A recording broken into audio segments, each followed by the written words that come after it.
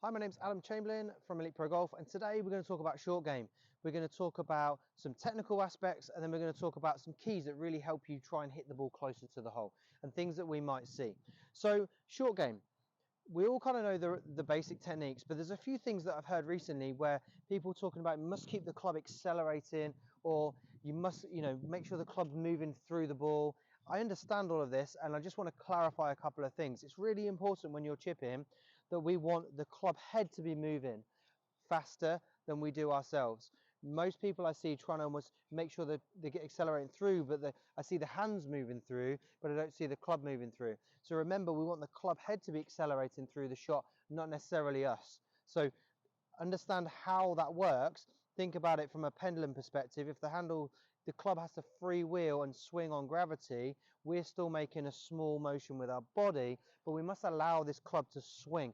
We must allow the speed to be in the club head, not in our hands or in our body this way. So I see too much of that. So if we put in a little short shot here, we're going to allow this club to swing and have the speed. So the club head is passing, it's striking through the grass, it's accelerating through the shot if you wish.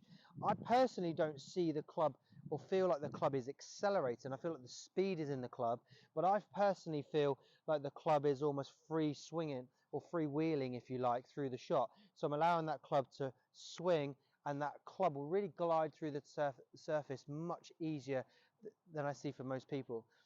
The reason I'm talking about this specifically is too many people I see are fearful. They're pulling on the handle, they're tensing up, they're gripping on the club really tightly, and that affects how the club works. You really want to be just feeling like this club is almost falling down, as if you were just going to drop the club to the floor like this. And as that club is falling down, your body's just making a small turn to the follow through. And what you'll find is that club through the ball will really whip through. Another good one, which we've talked about before, which would simply be using the right hand only or your lead hand only and allowing that club to swing with the pivot of the body. And that really gives you a sensation of how the club is swinging through the surface. If you can get the club gliding through the surface along these chip shots or these pitch shots, your short game will improve tremendously. But if you keep pulling tightly on the club, trying to move your body quickly and trying to control these shots, is a whole heap of disaster. Let's get back to basics. Let's stay really, really still. Can we strike the ground in the same spot more often? I promise you, if you allow this club to swing, you'll find that those keys we talked about there are way, way easier to do. You strike the ball cleaner. If you can strike the ball cleanly, then you can start to judge distance. Now, if you can judge distance, then we're going to link this last piece to how to get the ball close to the hole. Now, I see this quite a lot with all sorts of players, and especially with good players at times, is say we've got a very simple chip shot to this flag over here. Now, when we talk about the shot, we're trying to visualize where we want the ball to land, with what trajectory, how that might affect what we're doing at setup. But we've got a kind of downhill slope to about here. Probably going to try and land the ball on the flat area somewhat here. Ball green runs slightly away from us. So already I'm picking an area that's somewhere here. Now, don't be too small with this area, but try and land the ball in that area. Now, when we come in to play the shot, we have a practice swing for that shot. But what I see all too often, and this is a mistake that quite a few people make. Now, this doesn't necessarily mean it for everybody, because some people work with this.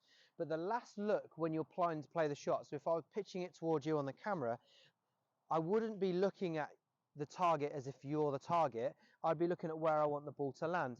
Because where I want the ball to land, and if it lands on that area, then the rest of it will take care of itself if I've executed it properly. But I see too many people look as their last look at the target and then wonder why they hit it too far.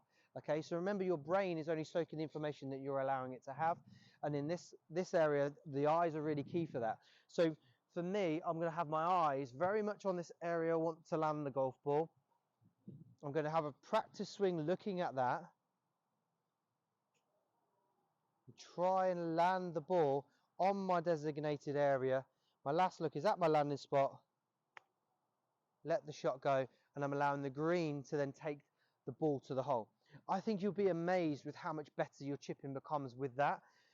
Doesn't work for everybody. Some people are better at looking at the hole, but quite a lot of people I see, they're not looking at the landing spot. They've taken all this time and consideration into where they want to land it, what trajectory, whether they're opening and closing the face. But then when it comes to execution, they're looking at the hole as their last look, and then they wonder why they're hitting it a little bit too far. So this works for any kind of shot you're going to play. Take these principles, play with them, put your own feel on them. Look, let's chip the ball better, let's get more shots up and down, and that'll help you lower your scores.